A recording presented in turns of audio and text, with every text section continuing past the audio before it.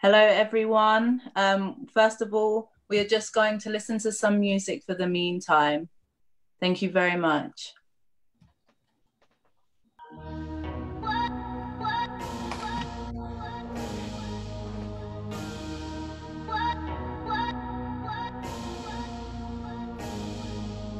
I hope the honourable member begins to understand.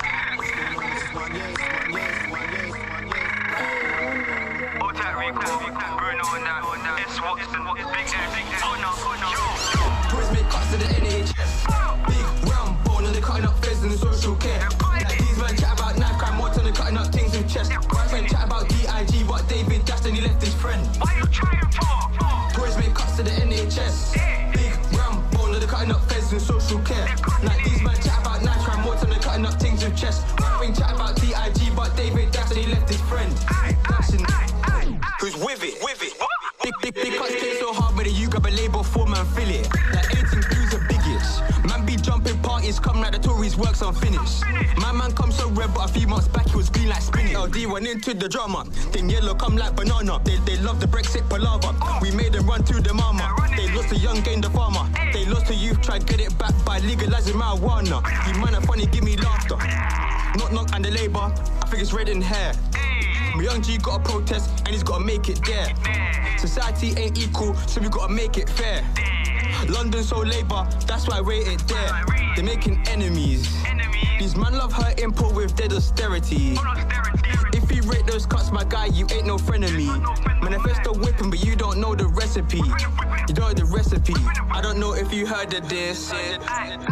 But when you ain't no conservative, you man should be observative. Yeah, Labour is the alternative, unless you love cutting services. Wicked death, that's affirmative. Labour Day putting works in this. You should know that I voted red, bro. You voted 2 years, you should have said so. You weren't bred to the credit Tesco.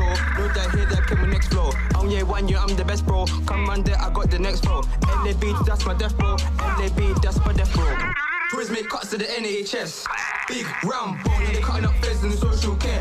Like these men chat about knife crime, more time they're cutting up things with chest. Right friend chat about DIG, but David dashed and he left his friend. Boys make cuts to the NHS. Big round bone, and they're cutting up feds in social care.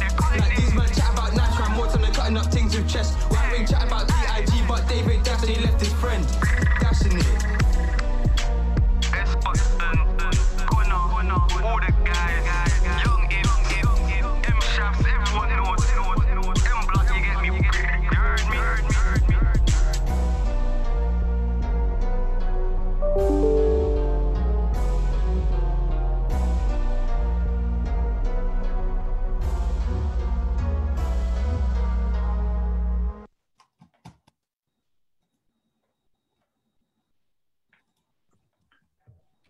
Thanks, everyone. So that was the start off to our fantastic event today, which will be introduced in a second. You'll be told all about what's going on. But this first song was by a local rapper and sixth form student who's called Wanye. He wasn't able to make it here today, but he sends his solidarity to the event and to the Black Lives Matter movement. He's been a core part of the political scene in Cambridge, and you might have seen him at rallies, performing at anti-racist events or strike rallies, generally fighting the good fight. The song's called The NHS. I think it links really well to what we've been talking about in the Black Lives Movement. In Stand Up to Racism, we've been campaigning a lot around the disproportionate deaths of Black and minority ethnic people due to COVID. And we've also seen just recently some protests by nurses rejecting some of the hypocrisy of the fight that they've been doing against COVID, and also being left out of the pay rise gap. And we know that the NHS would not exist without migrants. So thank you. That was our start off event, and thank you very much to Wanye for agreeing to share your performance with us. Thank you, Oshin. I would like to thank everyone for joining the most magnificent history of slaves, liberating slaves, and words and music.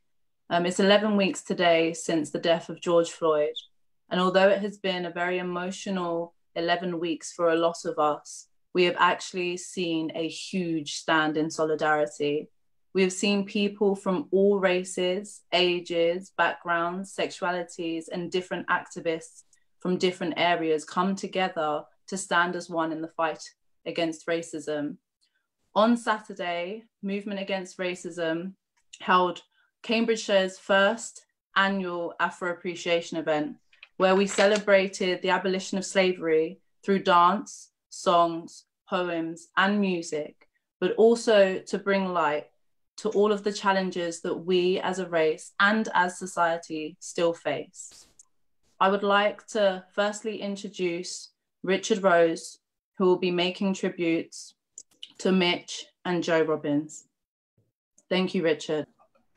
This is Joe Robbins, who sadly died about 3 weeks ago. She was a consistent fighter against racism in Cambridge, and she was also great fun to be with. She was full of laughter, love, life, and Cambridge is a poorer place without her.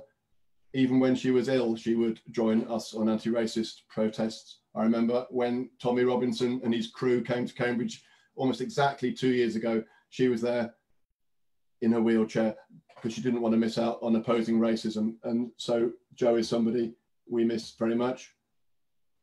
And I think her presence is felt today, even though she's not with us anymore.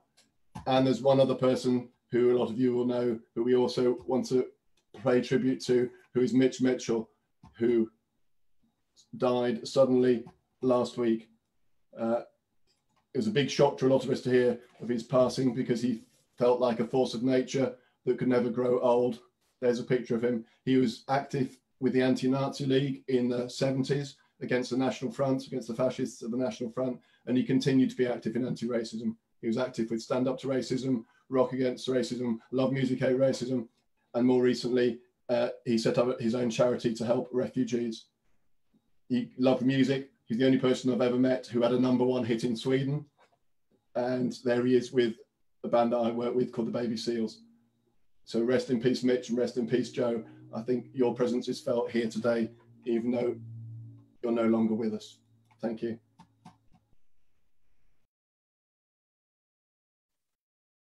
Thank you, Richard, and condolences, and sorry for everyone who knew those two powerful activists. Now we're going to pass over on to Roger Green from Cambridge Stand Up to Racism. Thank you, Roger. Well, thank you, Safiya, and thank you, Richard. It was so appropriate that both of you should give your condolences. Richard is very much the embodiment and personification of everything good that they stood for, and carries that on, whether it's in Swansea, London, or in Cambridge.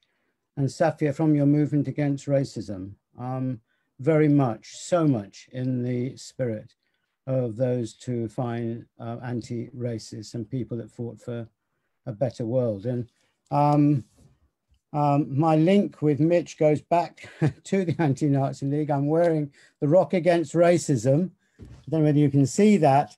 Whenever I saw Mitch, he was always wearing his Rock Against Racism badge. And also, you know, he would have been so familiar with the Anti-Nazi League arrow against racism and fascism. So thank you, Mitch and Joe. And 2 years ago, Daniel was at that demonstration to stop the fascists around Tommy Robinson marching down Mill Road. And I was there as well. And I can remember Jo in her wheelchair, never giving up the fight.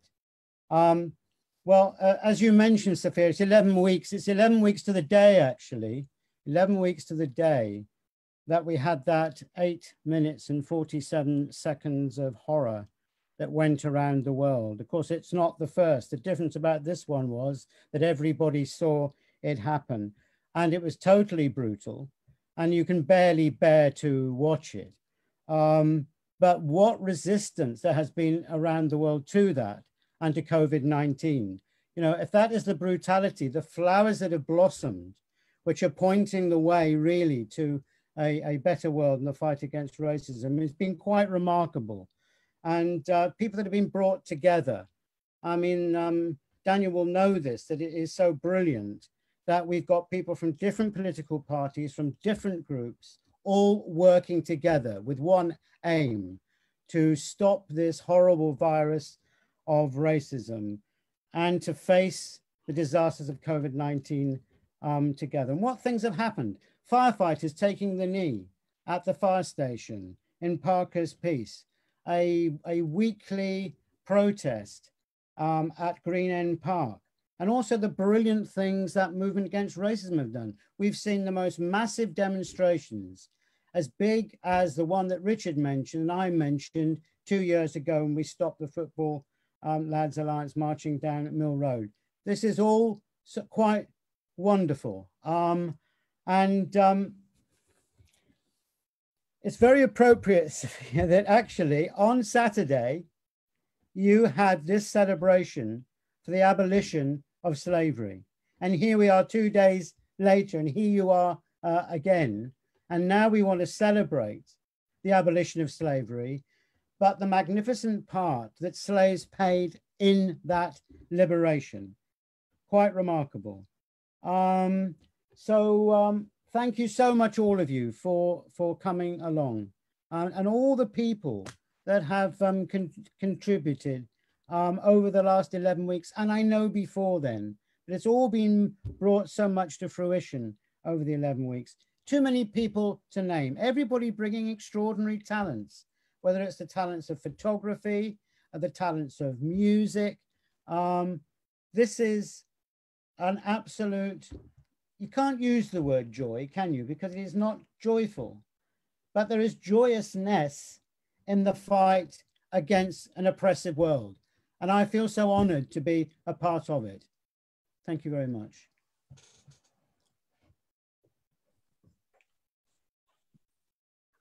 Thank you, Roger. It was powerful what you were saying, and it's very, very important. And the stand of solidarity has been absolutely incredible. And yes, we understand what you're saying, even though it's not a joyful situation, there is such positivity and joy that is coming out of it with seeing the stand of solidarity with all of these types of people. It's precious, it's beautiful, and it is so powerful. Next speaker we're going to move on is Daniel Zeichner, and he's an MP. Thank you very much for being here today. To Daniel. Well, good evening, thank you. As the MP for Cambridge, I'm very proud to be associated with the previous speakers. Very inspiring words from Roger. And I have to say, I really enjoyed Wanye's video. Wanye and I have canvassed and campaigned on many occasions over the last couple of years, and he's a real asset to Cambridge and really a very talented musician as well. I'd also associate myself with the comments about Joe. So tragic, so sad, such a lovely person and such an inspiring activist as well, and a huge loss to Cambridge. I'm really delighted to be joining you again for this, because it is so important that the spirit and the tide that has started following the awful murder of George Floyd is maintained. It has been extraordinary to me seeing just the effect that it's had. I think at one of our previous discussions, I mentioned that I'd been in Westminster in my office looking out at the demonstration that was held, one of the first ones, and it was extraordinary to me to see just the spontaneity that was clearly there, because I think many of us have been to many demonstrations and it's great they're well organised, but actually what I could see was young people who absolutely were motivated to be there and to make their voices heard. And it was great to see. It was difficult because it was a time when we were, as politicians, being told that we couldn't go out and join people because there was the issues around social distancing. But the vibrancy, the passion that was on display was very, very moving. And I've also been very struck by the scale, the response in Cambridge. As an MP, I get many, many emails, many messages, and you can kind of gauge a bit the mood. I mean, I have to say it's been hard for the last few months, because not being able to speak to people in the normal way, not to go to meetings, not to knock on people's doors, so on, it is harder to get a sense. But the level of communication around this issue told me that something was happening. And through the last few months, I've been trying to arrange substitutes for meetings, quite often Zoom calls with quite large numbers of people. But it's very telling to me that I think the biggest number of people I got for any call was on this issue. And I was very proud that one of my new colleagues in the House of Commons, Aminah Pare, who was elected back in December in Erith and Thamesmead and is of Ghanaian descent, joined me for that session, along with Councillor Baiju Titalia from East Chesterton. And it was an extraordinary conversation, because it was also a very interesting range of people, because with no disrespect to people on the call tonight, I think we probably, most of us know each other. We've been on many demonstrations together, and we've campaigned together. But actually this was bringing in a whole range of different people who I'd not heard from before. And I found that very, very encouraging and significant. And I think what we are seeing across the country is a quite significant change, in the sense that lots of institutions are having to really, really question themselves.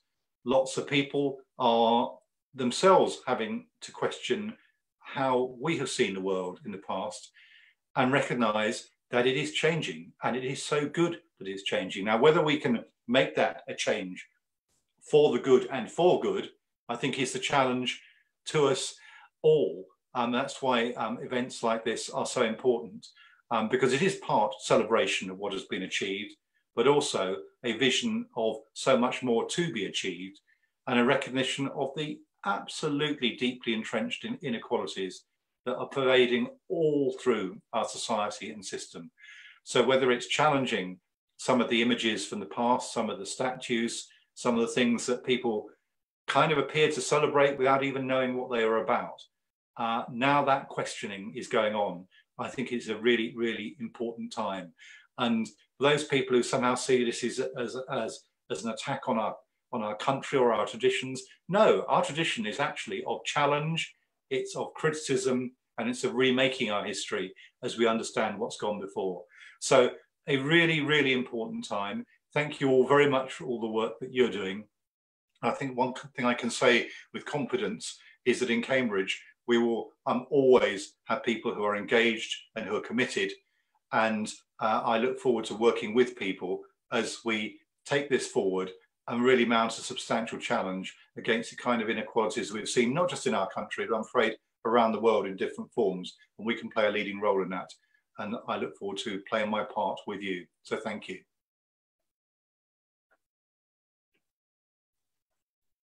Thank you so much, Daniel. We really appreciate that you've taken the time to be here and speak. Thank you very much. Up next, we have Brian Richardson on the insurrection on the slave ship. I'll hand over to you, Brian. Thank you very much. Well, Safi, may I begin by sharing my condolences with the families and friends of Joe and of Mitch. I happened to work for the Anti-Nazi League during the mid to late 1990s, and Mitch was one of the people who used to come in and do voluntary work with us. In fact, I remember he used to drive a taxi and often had a regular gig whereby he'd be driving comedians around. And there was one time where he helped us to organize a fantastically successful benefit with comedians at the Grand in Clapham. And then afterwards he approached us and said that he knew this brilliant young comedian who we should promote through the Anti-Nazi League. And I think the guy's name was Boothby Graffo. And I remember we were utterly dismissive, thought this was a complete waste of time and that something had gone, you know, Mitch was losing it. I think within a week of us rejecting Boothby, he'd signed a $500,000 contract with an American network, and we were left with a considerable amount of egg on our face. But I've always remember seeing Mitch on demonstrations and having a good chat with him, and I was shocked and saddened to hear of his passing. So that really is very tragic news. It's such a shame to lose a fantastic soldier like him. Anyway, let me return to what I was going to say. And let me start with this. Old pirates, yes, they rob I, sold I to the merchant ships, minutes after they took I from the bottomless pit. But my hand was made strong by the hand of the Almighty. We forward in this generation triumphantly. Won't you help to sing these songs of freedom? 'Cause all I ever have redemption songs. Now, I'm sure that most, if not all of you will know that those aren't my words, but instead they're the words of one of my great musical heroes, Bob Marley. And I'm sure, of course, you'd much rather be listening to him singing that great song than me reciting his words. The reason I wanted to focus on that particular song is because in many ways, that song, recorded as it was, without a band, just Bob, an acoustic guitar in the studio, and placed as it was right at the end of what turned out to be his final studio album, Uprising, made it stand, I think, as a fitting testament to a legendary artist, and showed how, to his dying day, Bob Marley remained somebody who was absolutely deeply committed to the struggle. I happened to write this little book about him, and when I was researching it, it became clear that Bob Marley was a real student of Black history. And just as we're doing this evening, he commemorated and celebrated a proud and magnificent history. The country he was born in, Jamaica, was, of course, supposedly discovered by Christopher Columbus in 1494. And after various battles, it was finally snatched by Britain from Spain in 1655, following which slaves from Nigeria and the Gold Coast were imported to work the land. And if I can just quote one of the leading historians of Jamaican history, the slavery that ensued lacked any vestige of humanity. A handful of greedy planters held absolute power over thousands of slaves, and only through violence could they impose such complete domination of a minority. Only through that violence could that complete domination be initiated and perpetuated. But of course, and as we're discussing this evening, where there was repression, there was always resistance. You're going to hear, I think after I finish, about the inspirational revolt in San Domingo led by Toussaint Louverture. The great Trinidadian writer and historian CLR James dedicated his life to unearthing and illuminating Black struggles like that one in San Domingo, because in his words, and I quote CLR James, the Negro's revolutionary tradition is history is rich, inspiring, and unknown. Negroes revolted against the slave raiders in Africa. They revolted against the slave traders on the Atlantic Passage. They revolted on the plantations. The docile Negro is a myth. The only place where Negroes did not revolt is in the pages of capitalist politicians. And in the Jamaica that Bob Marley was born and grew up in, to name just three examples, there was a magnificent resistance led by Captain Cudjoe and the Maroons right from the outset. There was a great revolt in 1831-32 led by Sam Sharp. There was the Morant Bay Rebellion of 1865 led by Paul Bogle. That struggle forced Britain to grant greater autonomy to the island, and that greater autonomy was unstoppable, really, and ultimately led to the granting of independence in 1962, when Bob Marley himself was just 17 years old and just really starting out on his musical journey. And in subsequent albums in his brief but prolific musical career, Bob constantly referred to the betrayal of the rulers and to the struggle in the songs that he wrote. So, for example, in the song So Much Things to Say from his legendary Exodus album, he sang, "I'll never forget, no way, they crucified Jesus Christ. I'll never forget, no way, they sold Marcus Garvey for rice. I'll never forget, no way, they turned their backs on Paul Bogle. So don't you forget who you are and where you are in the struggle." And then later, in the Crazy Baldhead song from Rastaman's Vibration, he absolutely exposed the colonial conmen with the words, "Build your penitentiaries, we build your schools, brainwash education to make us the fools. Hate is your reward for our love, telling us of your God above." extraordinary, passionate and brilliant words. Sadly, of course, Bob's own journey ended when he was just 36 years old. Had he lived, I'm sure he would have been hugely inspired by today's Black Lives Matter movement. In the words of one of my other great heroes, the person you can probably see over my shoulder there, Angela Davis, the re-emergence of the Black Lives Matter movement has been an extraordinary moment in a year which, as we've been talking about already, has been incredibly traumatic and unsettling, with the pandemic ripping as it has done through poor Black and working class communities, and exposing as it has done the racism that blights our societies. But the demonstrations that we've talked about that have erupted across the world have been exhilarating, with a level of diversity and internationalism that I think has been absolutely breathtaking. It's worth reminding ourselves, of course, that it was here in Britain, in Bristol, that demonstrators hauled down that statue of the slaver Edward Colston, hurled it into the harbour in Bristol, and that then reverberated and resonated right across the Atlantic, was referred to by Al Sharpton, Reverend Al Sharpton, at George Floyd's funeral, and has really rejuvenated the debates and discussions and the movements to decolonise education, so much so that obviously the great rival of Cambridge University, Oxford, was forced, in the face of mass protests, to announce that the statue of Cecil Rhodes that stares down imperiously from Oriel College is going to be removed after all. Now, the protests are by no means over. Last weekend in my own hometown here in Brixton, there was an excellent emancipation demonstration, but unquestionably they're unlikely to continue on the same scale and the same intensity as they have done before.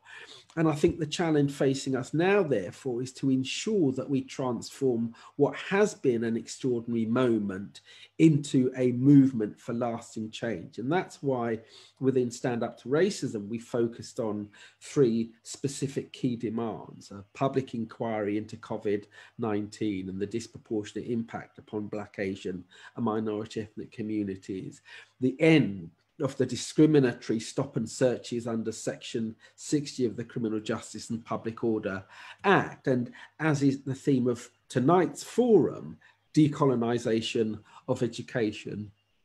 I've gone on for too long, so let me finish with the words of one of the greatest anti-slavery activists, Frederick Douglass, a man who taught himself to read, who fought and gained his own independence, and then fought and campaigned to free others. He said this: "Once you learn to read, you will be forever free. It's easier to build strong children than to repair broken men." George Floyd, Breonna Taylor, and far too many other people have been broken by the system that we live under. So let's do what we can to build the strong children who in the future can help to ensure that we make the world a better place. Thanks very much for your time.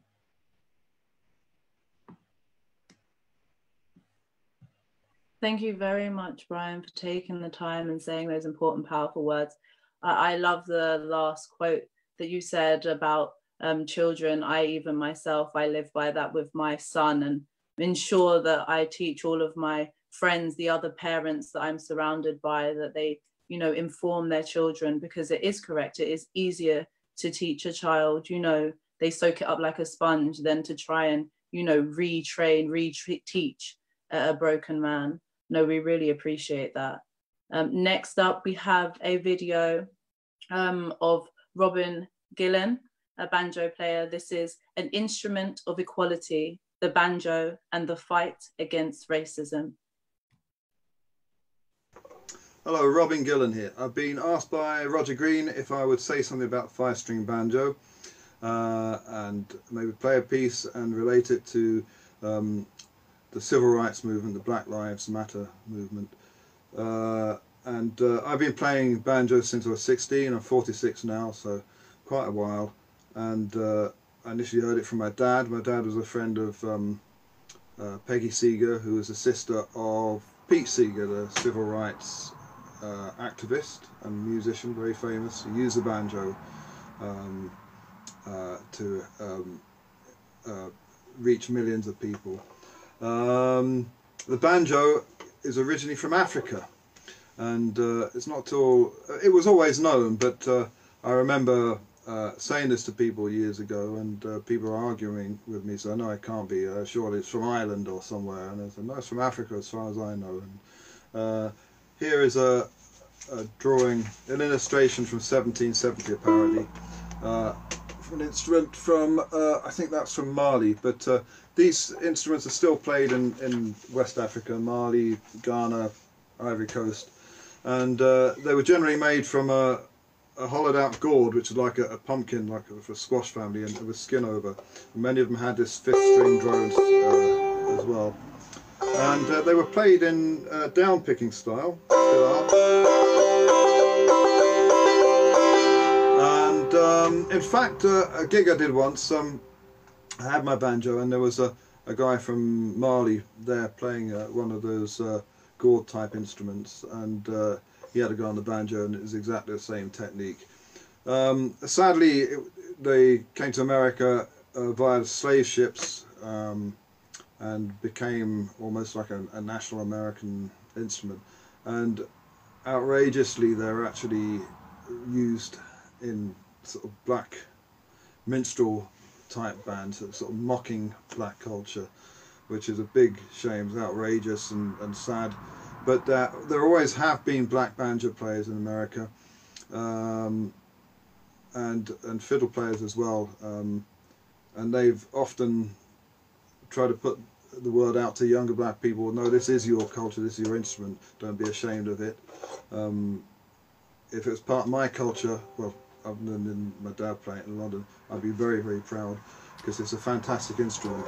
And an example of some of the black musicians who were trying to encourage younger black musicians to get involved with playing banjo were the brothers Odell and Joe Thompson. Sadly, they passed away, I think both about 10 years ago.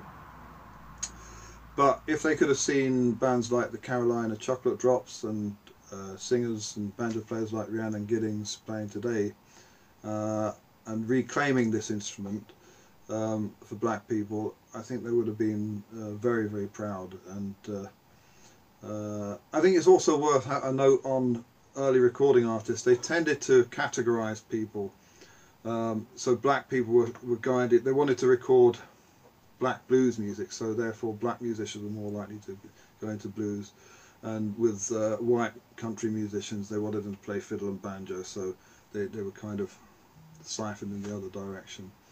The banjo's been a very powerful tool. I mentioned Pete Seeger. He was a spokesman for the civil rights movement, and he famously organised a concert at a place called Peekskill, I think New York State.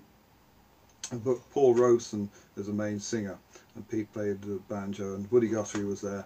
And there were riots from the local rednecks, unfortunately, and they were all sorts of outrageous effigies of hanging people and all that. So some photos from Peekskill, but that Paul Robeson was involved with that, and Pete Seeger with the banjo.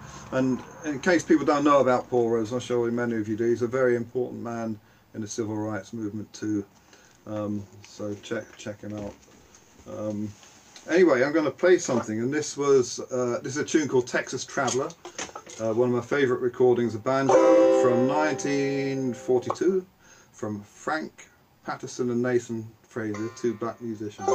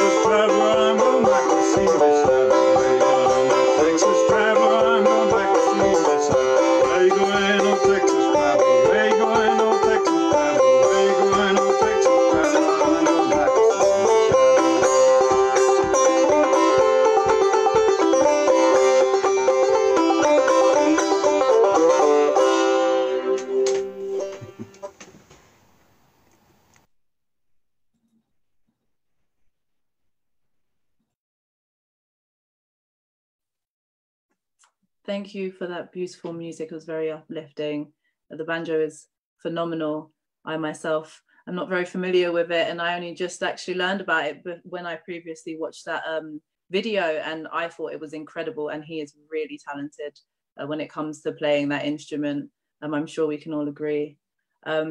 Next up, we have Abdullah Hared, who will be speaking on Toussaint Louverture and the Great Slave Rebellion. Thank you very much, Hared. Thank you, Safi. Thank you to Roger and everyone else who's put so much work behind the scenes to organize this, and all the speakers who have come before me. The situation in Haiti was horrifying. The French, it was a French colony from about 1650 onwards, and they made torture into an art form there. They punished slaves through whipping, amputation, executions, while the work itself was harsh and unforgiving. Haiti, Saint Dominique was a sugar colony, so they farmed for sugar cane, and the leaves of the cane have like little sores in them, which means like while slaves were bringing in the harvest, they would have millions of cuts all over their skin, and which would sting like hell when they started sweating. At the base of the plant, there's also ants which bite and create itches, and all of this throughout horrible humid weather. It was just mass cruelty. The slave trade itself, third of the slaves that came from Africa were headed straight to Haiti. That's how fast the turnover was, because they basically worked the slaves to death, didn't feed them, didn't really clothe them, and just replaced them through huge shipments of slaves. A seventh of slaves didn't even arrive to the Americas. They would just die in transit. Slaves often didn't survive beyond one harvest season because of just the cruelty and like the malnourishment and the hard work that they were put through. Despite all of this, slaves weren't docile. Slave revolts weren't rare. There were several, as Brian mentioned, but they were crushed viciously with leaders tortured and everyone else who was involved getting killed. However, slaves still resisted in their own little ways. They slacked off, pretending not to understand, doing tasks badly, getting in the way of their owners, and created a reputation for themselves as lazy and stupid, which was completely undeserved considering the ways that they found to sabotage production. Slaves that worked in the households were also involved. They broke items, stole, and sometimes even poisoned their masters. On top of this, there were the Maroons, who were ex-slaves that had managed to escape and formed and used guerrilla tactics to raid plantations, get in the way of shipments, and just generally make a nuisance of themselves. So Haiti in the 1780s, the context was a highly stratified slave society. This was split into the slaves, the plantation owners, who were rich French men usually, who poor white immigrants who the plantation owners had usually at least been in Saint Dominique for a few generations by that point. There were also the little whites, as C.L.R. James calls them, who were poor white immigrants who were trying to make a fortune and make it rich. There was also the free blacks, who were usually not even only had a fraction of black blood, and who were who had been free for generations. These people had come about because the early colonies were very male dominated, and were very male dominated from the French side. And so usually when children was had with black women through rape, assault, and other means. Children were usually freed on account of their white heritage. These groups didn't much like each other. the plantation owners, the rich people, wanted to protect their privileges, and whereas the poor white immigrants felt resentment against all the other groups. They didn't much like the free blacks, because they thought that their skin color gave them the right to own more property, and which was against reality, as the free blacks had generations upon generations to accumulate wealth and were often fairly well off. These different interests came to a head during the French Revolution, as France was a feudalist society at that point, where with nobility and the church holding massive privileges over the rest of the population. The revolution was about, in French people's words, it was about liberty, it was about equality, it was about giving rights to everyone, making sure everyone was equal underneath the law. While these words had a specific context in France, when they traveled through the sea to Saint-Dominique, to Haiti, they were interpreted completely differently, as this was the major test of these Republican ideals, whether the freedom and liberty actually, where it was being tested, if everyone was actually equal underneath the law, if everyone was born equal, if everyone was born free, since it wasn't clear how this would live side by side with a slave society. So another piece of context is that plantation owners at this point actually wanted nothing much to do with the revolution. They were largely royalists. They were against the people who were for constitutional reforms, as they were usually part of a privileged elite, and they wanted to be able to trade the sugarcane with America, with the rest of the world, but they were being blocked by France, who wanted to take all the proceeds from the hugely profitable slave trade back into France to pay back its debts. Because of this, they were separatists. They looked up to the founding fathers of America, who were another set of plantation owners who'd managed to gain freedom from the motherland. On the other hand, the poor white immigrants held strong ties to France and were sending them the money they earned right back there to feed their families. They were usually on the side of the revolutionaries. However, on the other hand, they didn't want to give those same rights to people who were people of African descent, the free blacks, or the slaves. Because of all the infighting that was going on between plantation owners on the one hand, the free blacks on the other, who wanted to hold voting rights and to not suffer from discrimination, and the poor whites on the other hand, militias were being formed. There was plantation owners were openly calling for revolution.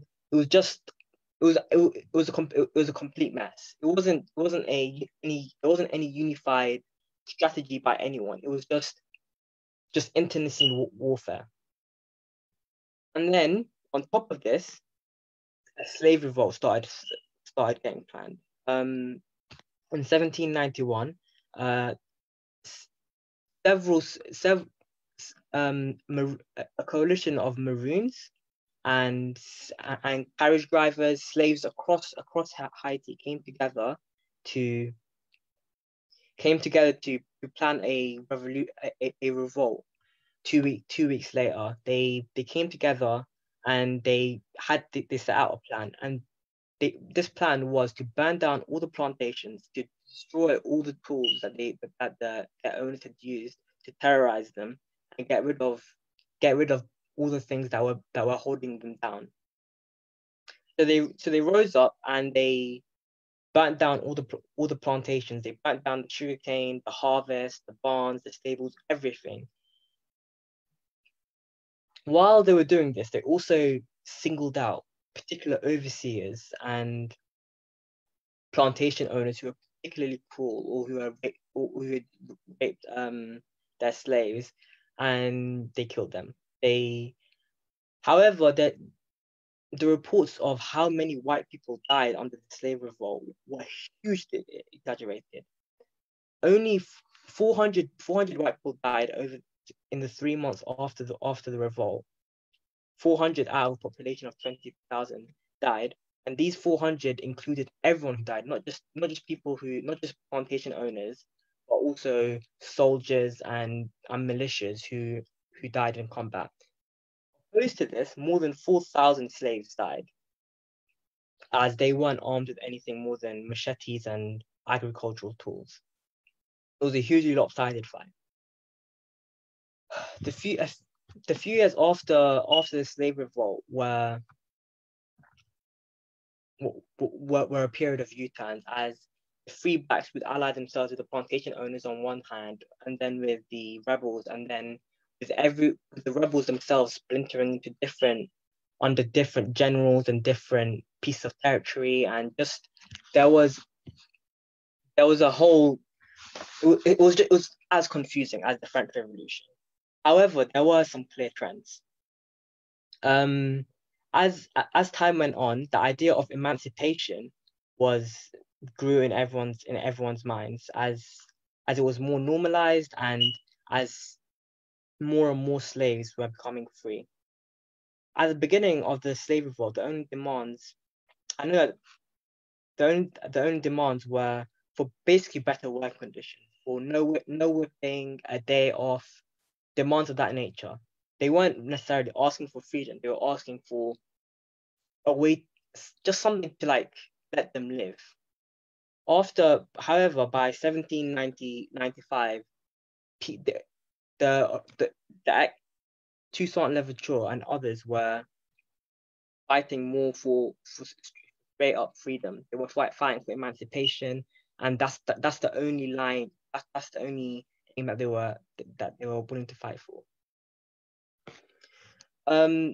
Toussaint Louverture himself was a freed slave. He was born a slave, and he had a particularly liberal owner who taught him how to read, and he eventually worked for his freedom. He was particularly well situated to work with white people, as he managed the plantation, and he knew how to write, something that was rare among slaves. He rose to the top over the years slowly by acting as a mediator between the rebel groups and the free blacks, by negotiating good compromises, and just through good politicking. He played off the colonial powers against each other, sometimes siding with Spain, sometimes siding with Britain, sometimes siding with France. In the end, he ended up controlling most of northern Saint-Dominique, and through working with Napoleon and with other French leaders, he managed to control the entire island. However, Napoleon wanted the cash cow of Haiti back, and he wanted black people back under slavery. So Toussaint Louverture tried to unify the country against him. By this point, with multiple generals and with several years of slander and infighting, he failed, and he ended up being imprisoned and he died in a French prison a year after. However, the country as a whole grouped up after and just fought for freedom, showing immense bravery, and just sacrificing themselves against the superior military force of France. Eventually, as France was in the middle of a European war at the same time, Napoleon gave up, and Haiti declared independence in 1801. However, the European powers didn't want the example of a successful free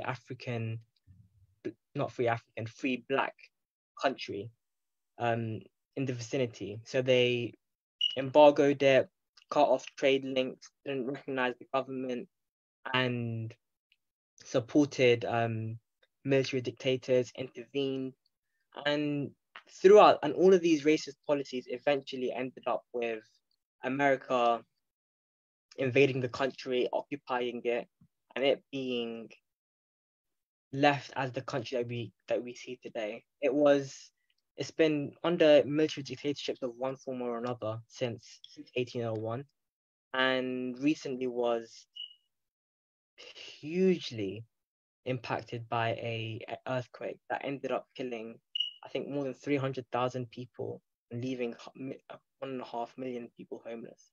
And since then, Haiti still hasn't recovered. I think the lessons we basically have to learn from this is that white supremacy, like the free whites, the plantation owners, it doesn't die down easily. It has to be fought, and it can't. There is no compromise with that much race hatred, with people who don't think don't think there is any form of equality, and don't think there's any form of, like, there is no future with people like that. And the only thing, and Black people have shown over and over again throughout history, that the only thing that works is resistance, and just trying to enjoy, and resistance doesn't always just mean fighting back. It can also just mean just taking joy in the little things: music, laughter, church, family, all the things that Black people and Black culture, even now in America, are so celebrated. Just the feeling of home, and it's just such a myth to think that slavery was stopped by white abolitionists in Britain, when actually it was fought for in Haiti, half the world away. And that independence was something that was given to these countries, when actually they gave up so much blood, so much energy to grab it for themselves. And yeah, I think Haiti is probably the most, Haitian Revolution and the slave revolt there is one of the most inspirational stories that history has to teach us, and we would do good to keep in our minds at this time.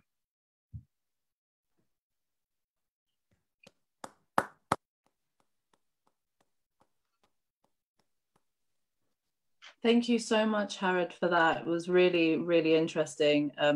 I'm sure you know a lot of information, and you could go on, and it's really interesting listening to you. If we had more time, I would let you take the floor indefinitely.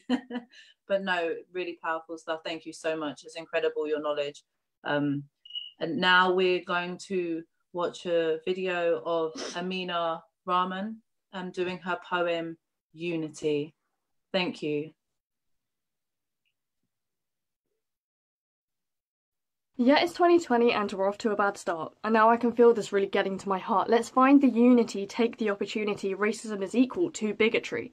Now this is against racism, and this is the fight. Now get this prejudice out of my sight. And yes, this is 2020, and yes, you're right, we ain't living the dream.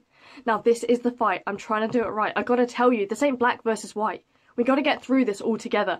Get that unity and holding hands forever. Sharing our love, and this is unity. Help each other out within your community, and I promise you, you aren't alone. Here we are now, and the storm has blown. Racism, yeah, you're taking lives. May 25, the peak of it identified, and I tell you, you got to stay strong. I'm hoping this won't last too long.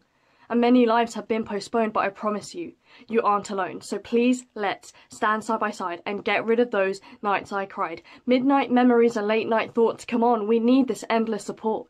And right now, I pray for protection, share our love, we need this connection. So please, let's stand side by side and don't let this break our stride. And now I want to thank all these supporters. Now is the time to start moving forward, and I praise you in these difficult times. And here I smile as I say this rhyme, because I love you, I love what you do. You're always keeping real to what's true, because all you do is brighten our view. And yeah, we are in some uncertainty. I just want peace, I just want harmony. Floyd had to say, I can't breathe, for 8:46 committed by the police. And I tell you, you gotta stay strong. I'm hoping this won't last too long. Many lives have been postponed, but I promise you, you are not alone. So please, let's stand side by side and get rid of those nights I cried. Midnight memories and late night thoughts, come on, we need this endless support. And right now, I pray for protection, share our love, we need this connection. So please, let's stand side by side. And don't let racism break our stride. Yeah, it's 2020 and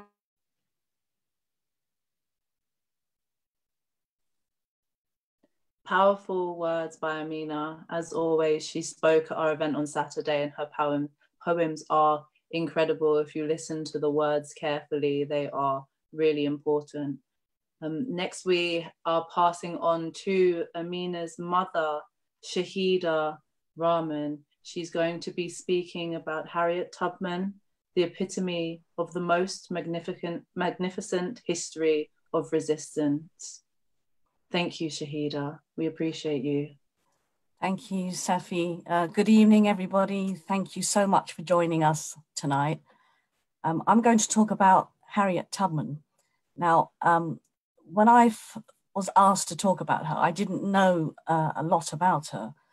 And just reading her story, it's quite a sad life that she had.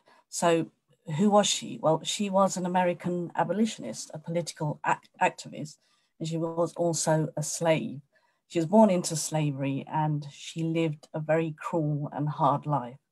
And she sacrificed her own life to free over 300 slaves. Now, she was born between about 1815 and 1822, but the exact date is actually unknown. And she was one of 9 children. Her birth name was Araminta Ross, and she was married twice. Her first husband was John Tubman, and her second husband, she was married to Nelson Davis. But her nickname was Minty, she was known as that, but she decided to change her name to Harriet to honor her mother after her marriage to John Tubman. Now Tubman, she suffered a lifelong pain and illness due to her being mistreated while being enslaved. And from an early age, she was subjected to beatings and abuse, which was very common in all slave-owning homes. And this left her with permanent scars. But at the age of 12, she tried to intervene to keep her master from beating an enslaved man who tried to escape. And because she did that, she was hit in the head with a 2-pound weight, and this left her a lifetime of severe headaches and narcolepsy, which is a form of epilepsy. So she suffered her whole life because of that head injury. She was very small, very frail. She was only 5 foot tall, and her health began to deteriorate. And this was decreasing her value to her owners and limiting her work prospects. So Tubman is well known for using the Underground Railroad to escape slavery. And the Underground Railroad was a network of people, African-American as well as white, offering shelter and aid to escape slaves from the South. But historians believe she probably saved around 70 people, led them to freedom, but the exact numbers are unknown. And she was given the nickname as the She-Moses because she saved so many people. So the Civil War broke out in 1861, and Tubman, she joined a group of other abolitionists, and they headed south to assist enslaved people who escaped to safety behind Union lines. So she worked for the Union Army. She worked as a cook, as a nurse, and then as an armed scout and also a spy. So she's considered the first African-American woman to serve in the military. But it took years for the US government to pay Tubman for her Civil War work. She struggled to pay off purchases that she brought. She brought land in Auburn in New York, which soon became a home for her extended family. But she also fell victim to fraud, which was she was swindled out of a lot of money, and she was physically beaten by conmen. Tubman, she couldn't escape from poverty. She lived her whole life in poverty. But despite that, every money that she did earn, she donated to various causes. She bought a piece of land. She helped create a home for the aged. And it was the Harriet Tubman home, and it was for impoverished Black people. But her health failed in 1911. And she actually had to be housed in that very home that she set up herself. And she died of pneumonia in March, on March the 10th, 1913.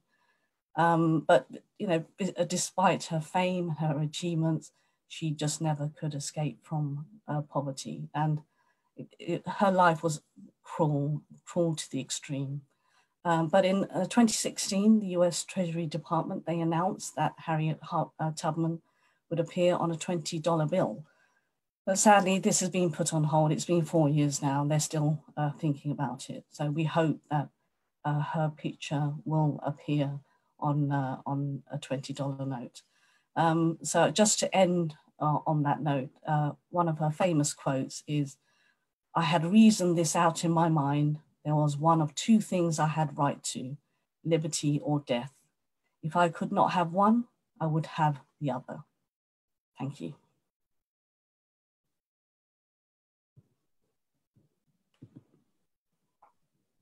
Thank you very much, Shahida, with the speech on Harriet Tubman. Very interesting. You're always learning something new. And I think that's what's brilliant about these Zoom conferences and just generally meeting up and having discussions, is that there's always something to learn.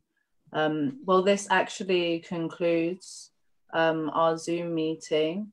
I would just like to encourage everyone to continue the fight, to continue learning so you're able to teach others what you know, and to continue to take practical steps, because we need to continue practical steps to ensure that we are still making movements, still pushing forward, and to never, ever stop using your voice. Your voice is powerful, your voice is important, and what you have to say needs to be heard.